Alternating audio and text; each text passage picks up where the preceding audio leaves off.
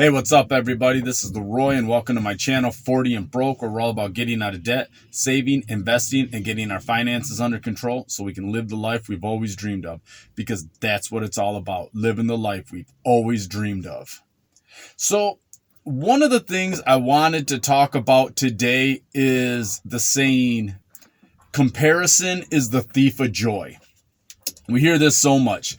And while in some ways I think it's true, in other ways I started thinking this can be super beneficial. I mean, look at another saying. We've got comparison is the thief of joy, which means if you are comparing yourself to others, it'll get you depressed and you're not going to be happy, etc., etc.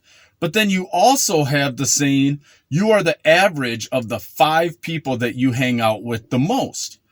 And all the gurus out there, the entrepreneurs, the whatever you want to call them, they tell you the one thing to do is hang out with people who are at the level you want to be.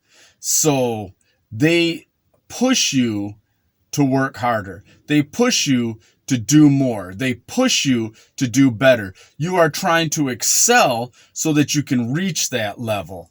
And is that not the same? If you've got people that are always bigger, better, and greater than you, isn't that comparing yourself to them? Because you're saying, I want to be at that level. Therefore, in order to get to that level, I need to do better. And whether that's in business, sports, or budgeting, you're looking at somebody else and you're saying, I want to do better. When I was in prison, everybody that I hung out with would be better than me at something. When I worked out, I wanted to work out with people that were stronger than me because they would push me to do more weight and push me to get stronger, and they would push me to work out on a regular, consistent basis. When I was running, I wanted to run against people that were faster than me because it made me run faster. It made me push harder. It made me do more. It made me want to be better. When I was playing Dungeons and Dragons, a game, I wanted to play with people that were smarter than me, that thought outside the box, that would challenge me in a campaign. So it would make me think outside the box. And I want to say the one thing that I learned when I was playing D&D, I played with one guy that his IQ was genius level, and another guy who used to be or claimed to be in the military. I'm not 100% certain whether he was, so I don't want to say yay or nay, but he claimed to be a ranger, and that was the persona that he lived. But anyways, he would put us in situations, and I remember he would always make me like a leader of the group. So, and his whole thing was make a decision. Right or wrong, make a decision, stick by it, follow it through. If you're wrong, well, then you need to think on the fly. And I got really good at, even though it was a game, he would make us get into your character. So if we were playing, say, Space Marshals, and we're kicking in a door and things went sideways, I had to think and I had to react. Otherwise, basically, everybody else's characters die and the campaign's over and we start over. And you don't want to do that when you got a good character. So you learn to think outside the box. You learn to think critically. And the only reason I was able to do this is because I was hanging out with people that pushed me. I was hanging out with people that thought quicker, faster, smarter than I was. And it made me become better. Now, when I first, the religion I am, it's called Asatru, and I've heard Asatru described as the religion with homework because you're always reading something, you're always learning something, you're always doing something. You always want to be better than you were the day before. You always want to be smarter than you were the day before. You want to advance. Everything is about advancement. So when I first started learning about Asatru, I found people that were smarter than me. And if I couldn't find people, I found people that knew about things to where I could get the books and, I could learn. I could learn through myself. I could teach myself. Now, once I started meeting people that knew stuff, I met up with a guy that was a rune master, and I started studying runes underneath him. And I learned a whole lot about the runes. I learned a whole lot about lore. Now, in one of my last videos, I was talking about how we all got together and we were all hanging out and we do certain things. Well, one of the things that we did is we had a code of conduct. And if we violated that code of conduct, let's say somebody did something to me that violated our code of conduct, and I would be like, you've got to write an essay. So he would have to go study the lore. He would have a day or two, study the lore, and write an essay on, say, the god Tyr, and write an essay on courage and what it took for Tyr to place his hand in the mouth of the Fenris wolf, knowing that his hand would get bit off.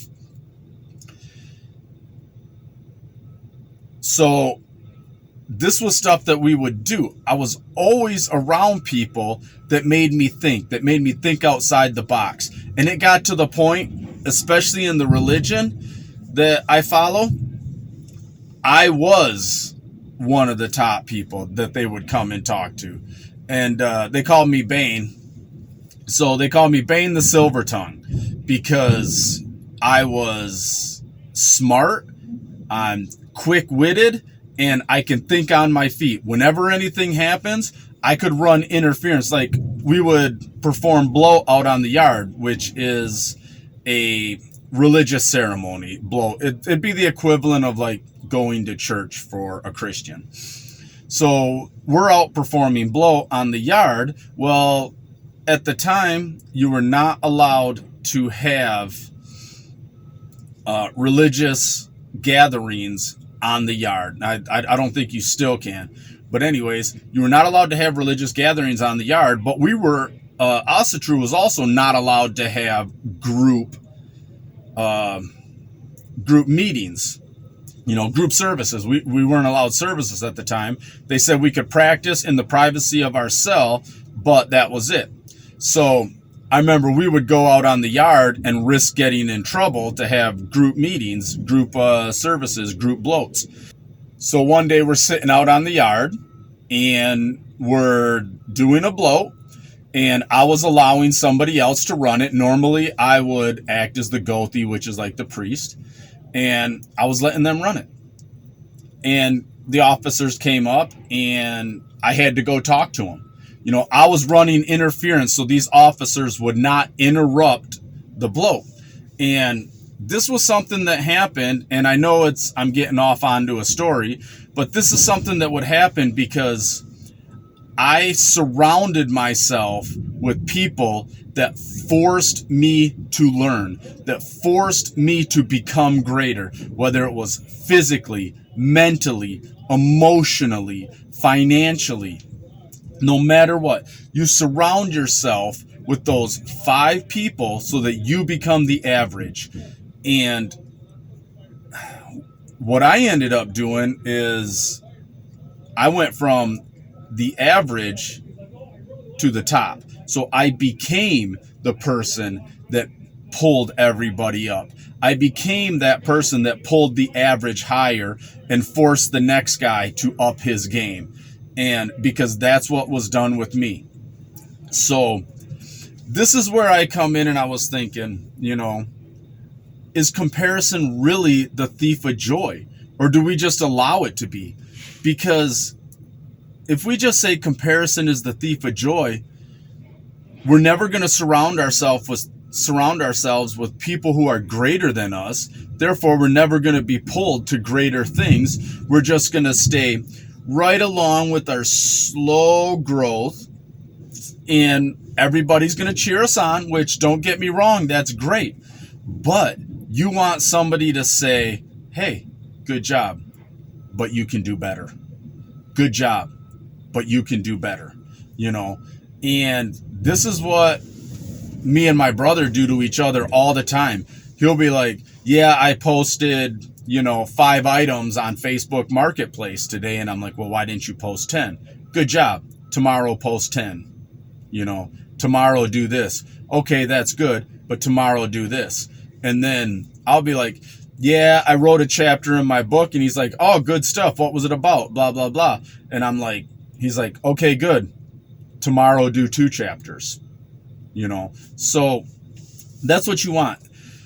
You don't want the comparison to rob you of joy, but you don't want to get to the point where you're like, I'm not gonna surround myself with people who are doing better than I am, because I don't want to feel depressed because I'm not at their level. Well, that person, if you're 10 steps into a game, you've got people that are at steps 7 and 8, and you might be at steps 2 to 3. They've already done 4, 5, and 6. You need to do 4, 5, and 6.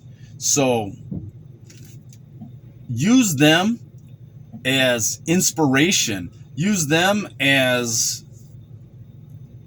a fountain of knowledge. It's, if you have questions, perhaps they'll answer them for you. People love, I don't know, maybe it's me. I love talking. So if people want to ask me a question, hey, I'll give you an answer. I'm going to give you a roundabout answer. You might end up getting confused, but I'm going to give you an answer.